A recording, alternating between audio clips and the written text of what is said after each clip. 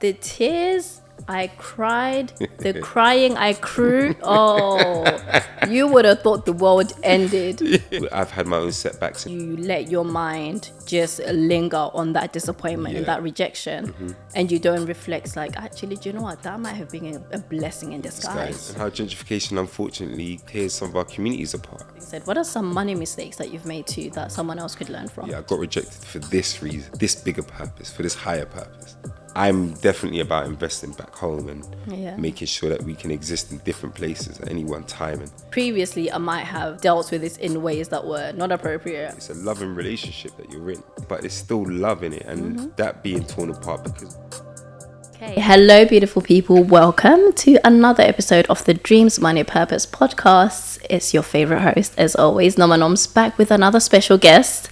I don't disappoint. I always bring you just someone who is making history in their own way, who is clearly living out their own dreams and just doing things that are extraordinary, inspirational, and someone who we can always learn from. So on this episode, I have the one, the only Daniel Bailey. How are you doing? I'm good. I'm really good. It's been a good week. That's good. That's what I like to hear. Yeah, it's been good.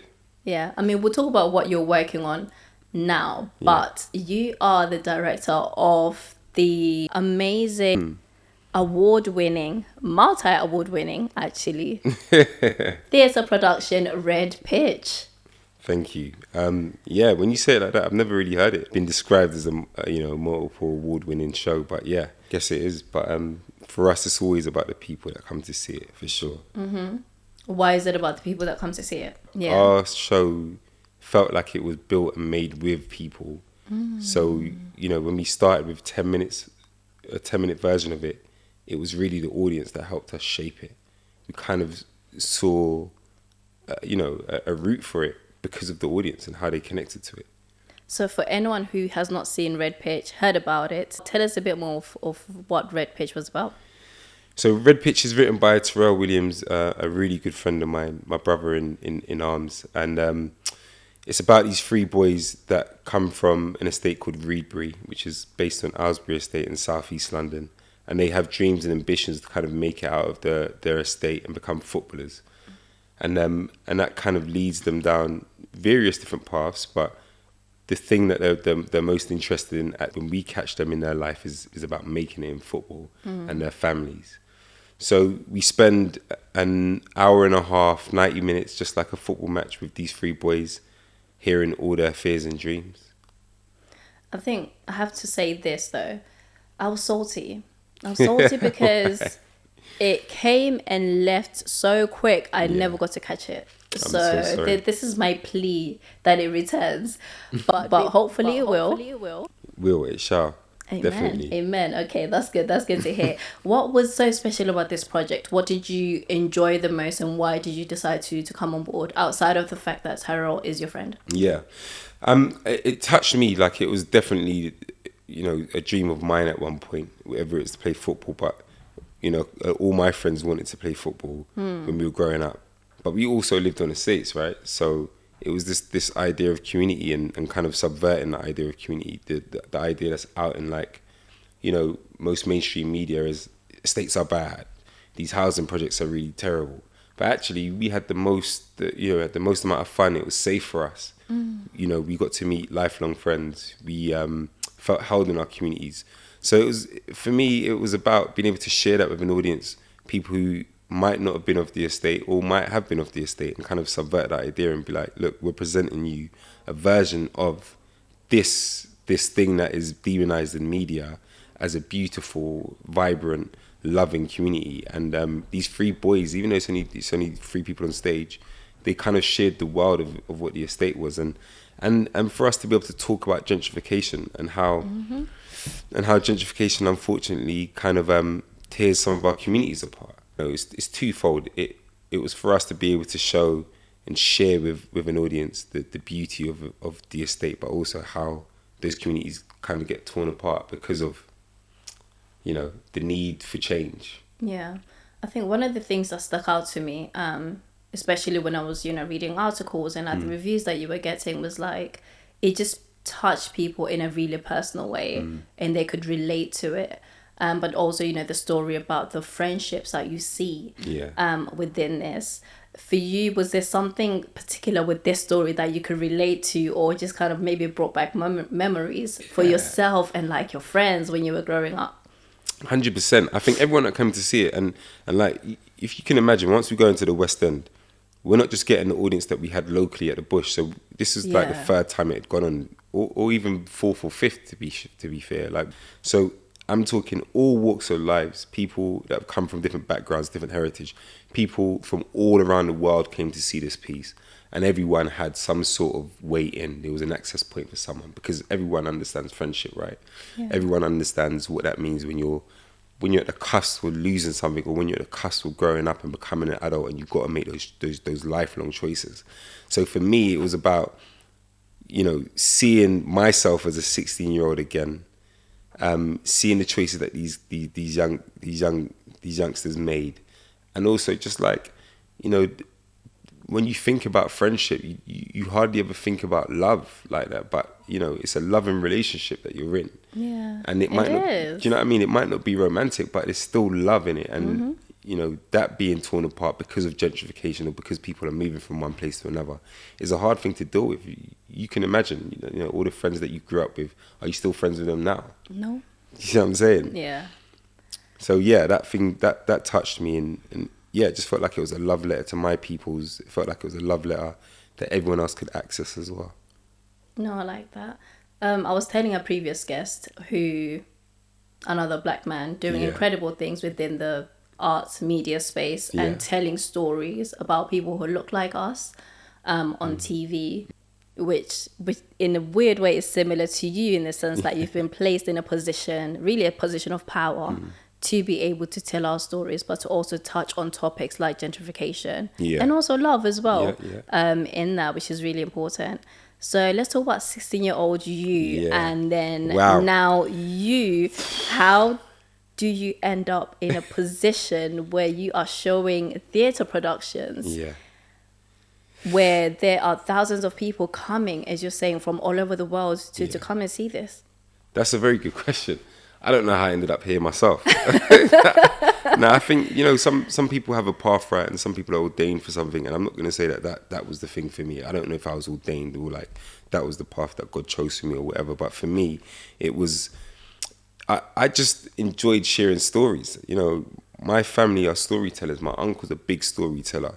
You can imagine them uncles that are just there in the kitchen and sometimes just put out a story, and I just used to revel in the kind of the storytelling of, you know, someone who I looked up to telling me these wild stories that maybe sometimes I shouldn't have heard, and sometimes should have heard, and they shaped me, and I wanted to be able to do that same thing for countless others. So I think that was the thing that probably got me into theatre. I actually wanted to be a vet.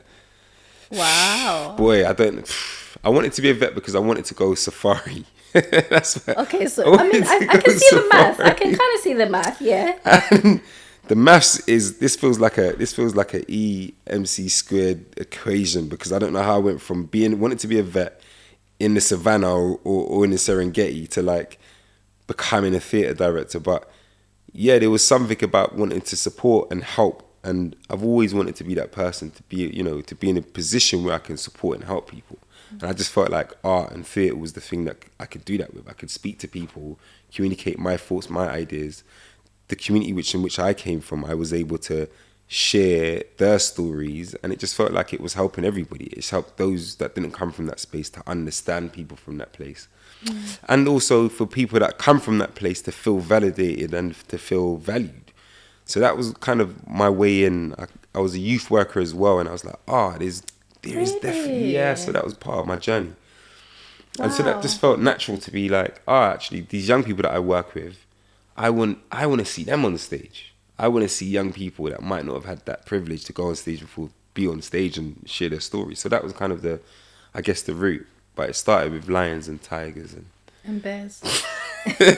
Jasmine Solomon, Isn't that so interesting that you say, I don't know if I was called, but I was a youth worker. Yeah. I was in these spaces.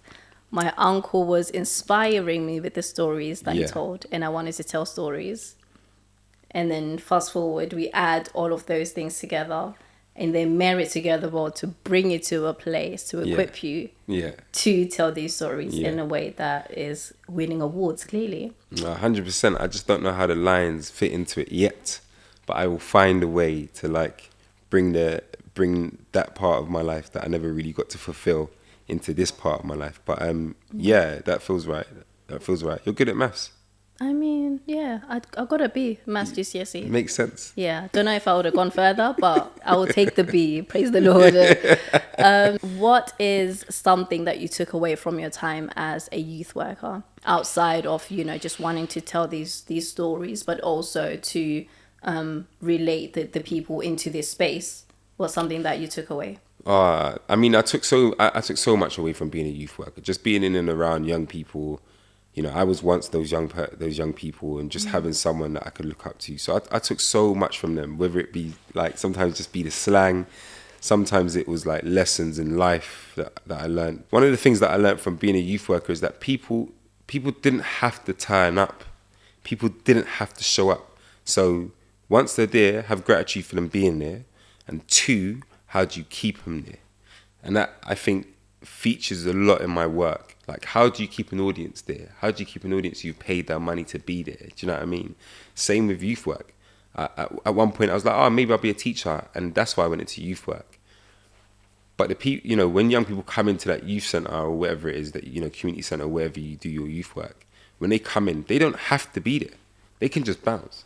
So, like, what is it that you can do that keeps them there? And I think I carry that same ethos into the work that I do. Like, what is it that makes my audience stay and talk about it after? Yeah. You mentioned that they taught you life lessons. What's something that you could share with me that the youth taught you? To be patient. Oh my gosh, you have to be patient. Okay. You have to be patient. Like, you know, everyone says, be patient, you know, time will come, it will come. But honestly, when you're working with young people and they don't listen, you just have to be patient and be persistent, because that is the thing that's going to get them through. They need to see that, they need to trust you, so they need to see you turn up every single day. They need to know that you're invested in them, and that is patience and that is persistence. So that's the thing that they taught me for sure. Isn't that interesting how we say that, or you're saying that about the youth, but even now as adults, that's something that we still need? Yeah, 100%. You know, we're looking for someone to be patient with us, and we're looking for people to be persistent, and through that we gain their trust, or they gain our trust, or vice versa. Yeah. And it's interesting that you're bringing this up, because it's even an internal conversation that I've been having with myself. Like, what do I need from people that are around me? And I realized that I just need you to be patient with me. I'm still learning. Yeah. I'm still growing. Yeah. Making mistakes. But trying to be a better version of me. So in all of that, whether it's a friendship, whether it's my mom, whether it's my siblings, or whether it's a romantic relationship, I'm just like, be patient with me, please. I'm just trying to get better. Just be patient. Yeah. And what is one thing that you hope you imparted to them? Oh man, loads of stuff. Honestly, I hope I've imparted more than 1 or 2 things. But I think they should know, if they don't already know. And I'm sure I've spoken to many young people that I've worked with and said this to them. But they should know that they can do whatever they want to do. Like, the one thing that I felt like I showed them, particularly moving from the youth workspace into the theatre production space, that probably half of them. So I still see some of them now. Because it's like West London, Ladbroke Grove, that side. I still see some of them now, Carnival, etc., etc. But I hope they can go, oh, rah, Daniel did this. He was here at one point working with us, and now he's over there working with XYZ star, or now he's over there working with XYZ company, or now he's doing this TV thing, or now he's doing this. And that really feels like an achievement to some extent. And I want them to always feel like they were capable and that they were enough. For the world, do you know what I mean? Definitely. Something I want you to touch on is you mentioned somewhere on a platform that, you know, the story of Red Pitch, it does touch on, you know, that transition from like young adults to you are a grown man now, or you're a grown woman into adulthood. And part of that growth is also facing disappointments in life. How do you think you handled some of those disappointments in life as you grew? That's a good question, Noms. You've done your research. How do I think I've dealt with disappointment in many different ways, and that's, that is why the patient thing is really important, because there's been times when I've dealt with disappointment in a way that is not fitting or befitting of me or my name or my parents. Do you know what I mean? And there's times when I've dealt with disappointment with action, and that action being like, okay, cool, I'm going to come back bigger and better. I'm going to come back with another show that I think, allows the critics to sit up. And so is it maybe like, for instance, you've been rejected for a certain role that you were looking for, or you've been told no, not now? In our industry, we are criticized like all the time. We are critiqued all the time, I should say. Yeah. Like our whole livelihood is based on critique, which is mad. Yeah. That actually, whether you get the 2-star or the 5-star rating. Do you know what I mean? And I've got them all. I've got them all the stars from 1 to 5. Do you know what I'm saying? So some of those disappointments have been the work. Some of those disappointments have been setbacks and trying to get a mortgage. But being a creative means that you've got to do 2 or 3 jobs in order to get that mortgage. And that setback is like, how do I get this mortgage? Do you know what I mean? But going back and going, all right, cool, I'll get another job on top of this job. That looks beautiful on paper, although it's not bringing in necessarily much more money. It just looks great on paper. It just seems to the bank that you're a bit more stable in terms of your income. So like, it's everything, I've been in trouble with the police myself. There's been times where I've had my own setbacks in not getting the grades that I needed to get in order to move forward, and I had to go back and do the summer school in order to move forward into my second year of university. Do you know what I mean? There's so many different setbacks, relationships that haven't worked out, maybe, because of myself.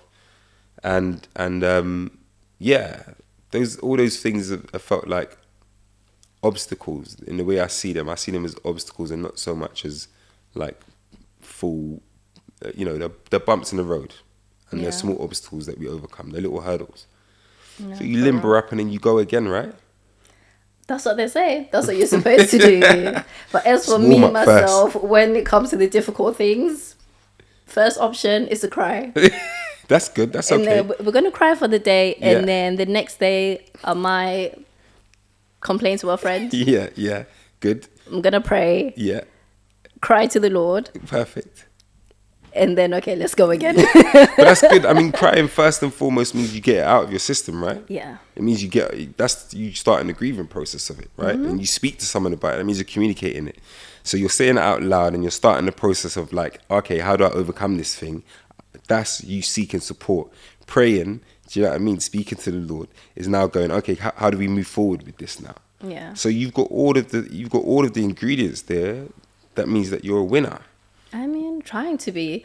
And I think it's interesting that, like, as you were speaking, that process of the way I've dealt with disappointments has changed or started to shift or started to mature. Previously, I might have dealt with this in ways that were not appropriate, immature. Tell us one. Tell us a setback. It's like, oh, okay, let's say for example, you're heartbroken.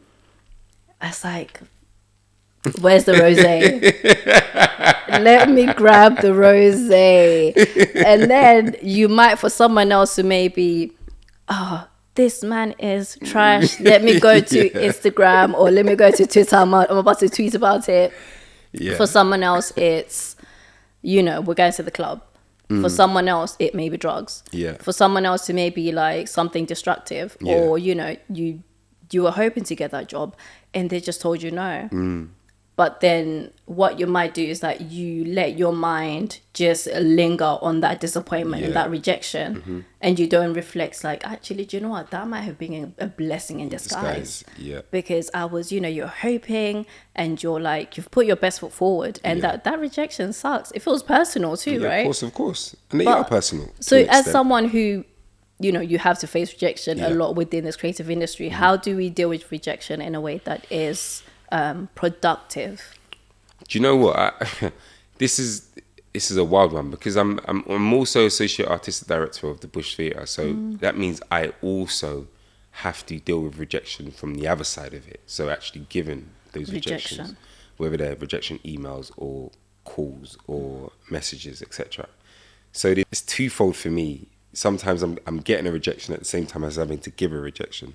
And I think first and foremost, always approach those things with love in it. No matter how much you know that person's going to hurt or how much that person's going to actually be okay with it or whatever, you just start with love. And that was always my process. So it means that there's some level of care when you're sending those rejections, or when you're getting that rejection, you give yourself care.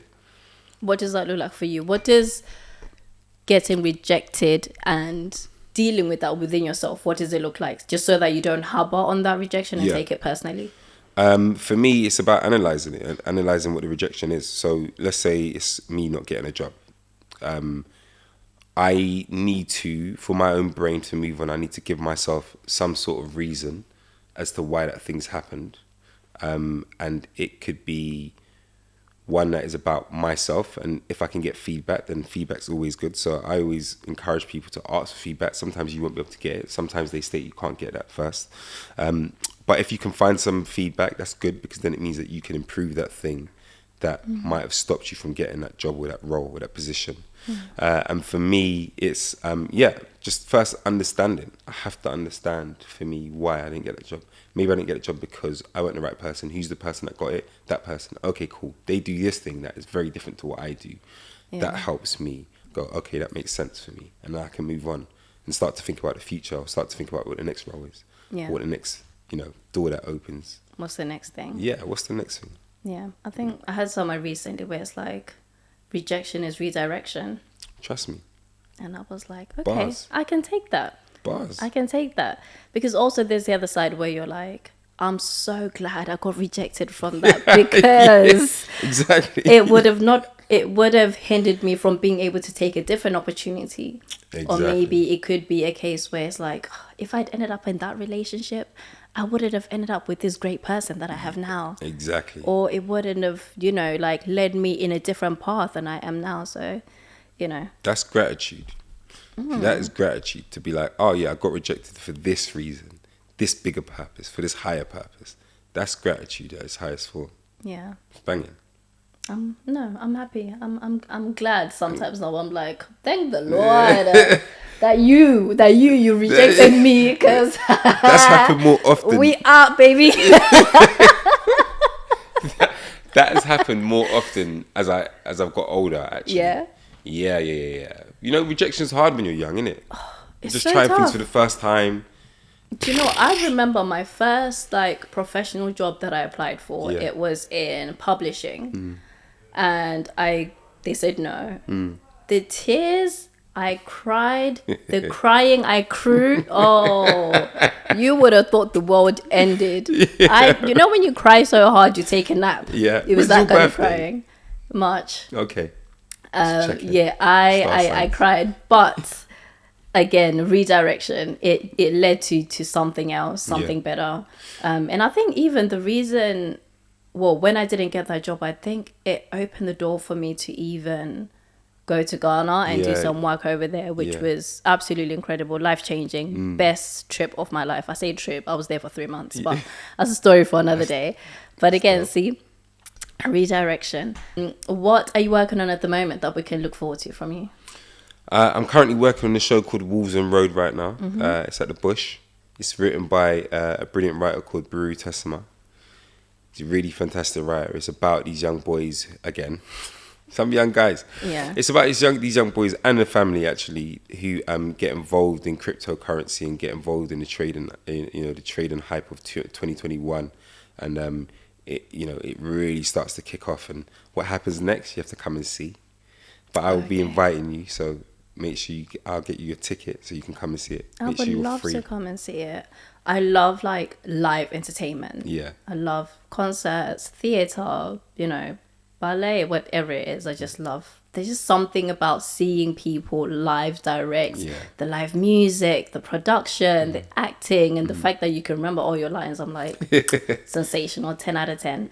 Okay. Cool. Last question. Out of all the amazing work that you've done, which we've not, got deep into, because you've, been involved in countless theatre productions, incredible work from the 1 stars to the 5 stars, as you said. What's the one thing that you want to be remembered for? Just outside of work, just you as a person and even work-wise. For someone who was kind, for someone who shifted the culture of, you know, of the work that we've created, and has also been able to bring our culture into the mainstream in some way. That's what I'd love to be remembered for.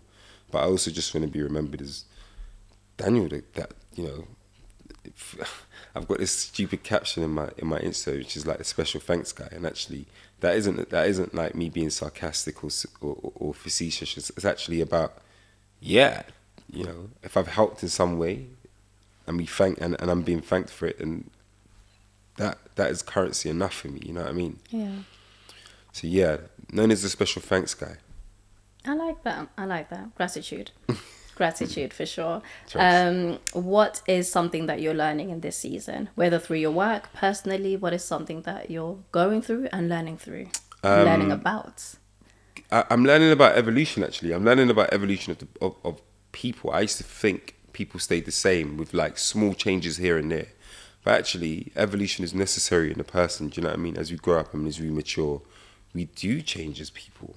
Do you know, the things that I could do when I was 18, I can't necessarily do now. And I wouldn't necessarily want to do now. And that is evolution in itself. You know, like we change for the better, right? That we are getting stronger mentally, spiritually, whatever that might be for someone. But that evolution, I'm really starting to understand it. And understand it in all its different forms. So within the person, myself, I'm going, okay, cool. I'm getting grey hairs now. How cool is that? And I like it, you know what I mean? Yeah. Silver fox. I wasn't expecting that, but I hear it. I was going to say, I think it's interesting you say that because, well, first of all, I think there's an actual physical evidence that shows us that we literally transform about every 7 years. So every single cell in our bodies regenerates. So physically, you're a completely new human being. Yeah. And I think we transform every 7 years because everything that happens is like, it changes who you are, you know, mentally, emotionally, spiritually. You just like with life happening at you, happening around you, happening through you, you have to change. Yeah. Okay. Before I let you go, one way that you have changed as we're talking about change. One way that I have changed. I understand love so much more. I understand love so much more now because of my son. My son is like unapologetically like sensitive, and he loves deep. And I thought I loved deep until I met him, until he was gifted. And then now I'm like, whoa, okay, cool. Maybe I didn't know what love was properly until you know, he came along, and then I was like, okay, cool. So that is the evolution of love for me. That's the thing. That's the way I've changed. I understand it so much more, which means that I can tap into it. So, you know. So what does that love look like now then? That love looks like, again, being caring in every situation. There's an actor who doesn't know their lines. There's an actor that is struggling right now. Like, how do I approach them? I approach them first with love. Do you know what I mean? The rejection, I approach that with love. I see someone on the street that I didn't like back in the day. I approach it with love. It means me eating my food and not being so distracted by everything that's going on, and me just focusing on this one bit of food and going, do you know what? I'm enjoying this. That's love. Being in the moment. Being in the moment. Do you know what I'm saying? Thinking about what am I going to leave for my son when I'm dead and buried, that I might not be able to see now and reap the rewards of now, but he will. That is love. Do you know what I mean? That's the difference for me, I guess. Wow, that's deep. Like now, when you're starting to think about the legacy, it's scary. Yeah, it's scary, and also makes you think about your mortality too. 100%. How do you feel about that? Mortality. I'm all right. I'm comfortable with it. I've lived my life. If you know, God forbid, but if time was to come now, I can be like, you know what? I've set up a legacy. Do you know what I mean? I've got a little one in the world. He's going to do amazing things, I'm sure. I'm all right, you know. Yeah. Me and my maker's good. I'm good. That's good. Yeah. I'm happy for you. I'm happy for you. No, genuinely, like I'm happy for you, because for a lot of people that's a really difficult question, and it's a scary question too. It's a scary subject for some, where it's like, I don't even want to think about that. Is that partly to do with maybe where you are in your career? Do you feel like you've hit certain milestones that makes you feel more comfortable leaving at potentially any point now? Yeah. It's about career, but it's also, good that you leave out in the world. I know if I pass, that there's always going to be someone that looks after my child. There's always going to be someone that looks after my name in a particular way, and that is being the good ancestor in it. That is what it means. It is like someone looking after your name, someone looking after your child, someone looking after their child, someone looking after their child, and like knowing that name stands strong in it, that it means something wherever people go. So yeah, I'm comfortable. I'm comfortable knowing that. Yeah, I've done what I needed to do, and I'm still going to be doing more, of course, because I'm not going just yet. But if it was to happen, I'm cool. I mean, I don't know how old your son is, but as a father, how do you see yourself showing up in your son? How do I see myself showing up in him? What, literally practical things? If anything. I mean, he's funny, man. He is funny. He's funny. Are you funny? I think I'm funny. Okay. I think I'm funny. It's a weird question to ask, but also a valid question too, right? I think I'm funny. I think he's there's an element of him that is so kind and caring that I think I show up in that way. And he's a people person. He's out there. He'll talk to anyone. I've taken him when it's just me and him on trips sometimes, and he'll just be out there chatting to people. He's always caring. Teachers always sending notes being like, he's such a special boy, he's so calm and kind. And I'm like, good. Kudos to you. I hope so. But kudos to his mum. Like, his mum's also amazing and is, installed that in him. So yeah. No, I love that. Well, kudos to both of you doing an incredible job, because let me never say what I wanted to say. Yeah, go on, say it. I was going to say, because to be honest, not everyone can say that about their children. Not all children are kind and warm and sweet, because some children are little terrors, man. No, trust me. You think I don't know? Some children are terrors, for real. With this new production that you were working on, what is something you're hoping it will do to the audience? I'm hoping that people will see finance in a different way. Because it's about cryptocurrency, because it's about this idea of like financial revolution, I'm hoping that people come out of it and go, do you know what? I've been financially literate all my life, or that I've been financially literate and that I can share that with other people. So people, particularly within our communities, are going, okay, cool. I'm thinking a little bit differently about my money, how I invest it, what I do with it, how my money works for me. That's it, really. I would love people to come out and be like, oh, that's a great production that touched me in many, many different ways, and I'm all of those characters. But if the one thing is for them to come out and go, oh, right, I need to think a bit about my finances and where I put it, that would be cool. And I think even as you get older, especially for parents, is something that you have to think about and have to be active in being responsible about, because unfortunately, sometimes parents of all the generations are not always strategic, maybe thinking about life insurance, thinking about long-term investments and, maybe investing in the stock market and things like that. That's not something that they're prioritizing, because sometimes they're building the house back home in Ghana, in Zimbabwe, in Kenya, in XYZ. Or something that building back home is good though. It is.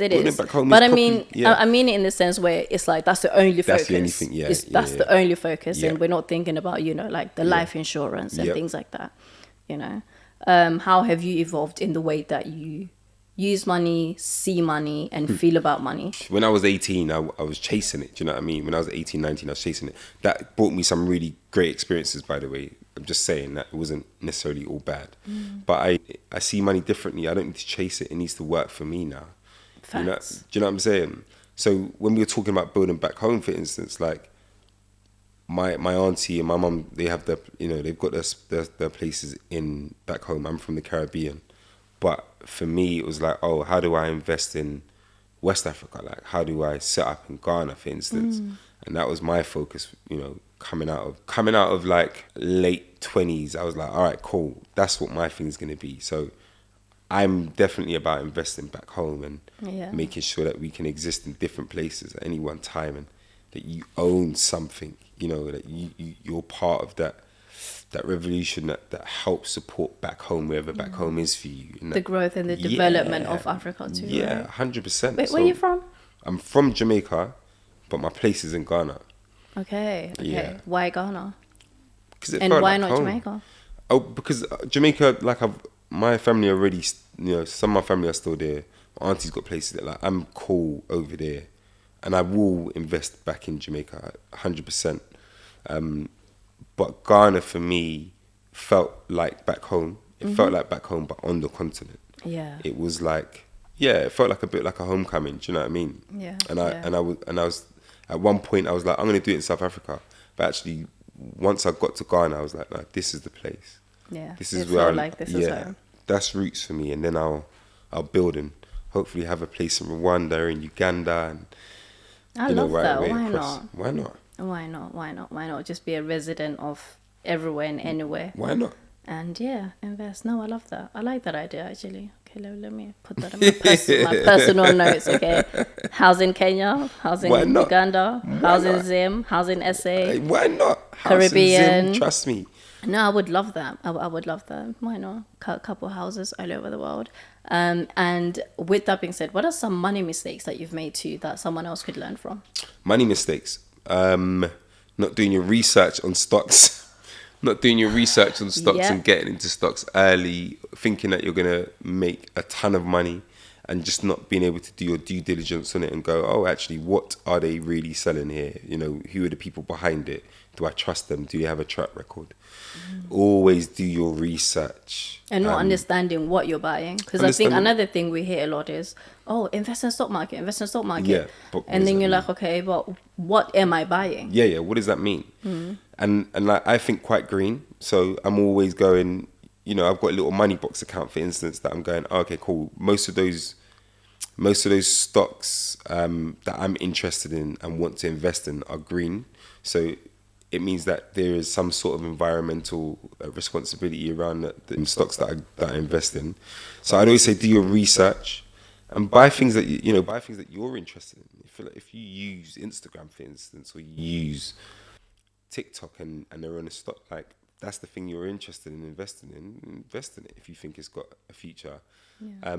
So those are the money mistakes was just jumping in stuff when I hadn't probably done my research, or there's some moments where you're like, oh, this feels like a really great opportunity, and you're like, your heart is going, this is too good to be true. Like, invest £100, you're going to get back £10,000. Yes. It's too good to be true. Yes. Hold on a minute. The pyramid schemes. Yeah. So I've done. I've made my mistakes, which is good, but I made my mistakes when I had the money to make mistakes. If you ain't got the money to make mistakes, try not to make any real money moves. Yeah. But do your research. Always say. That. Yeah.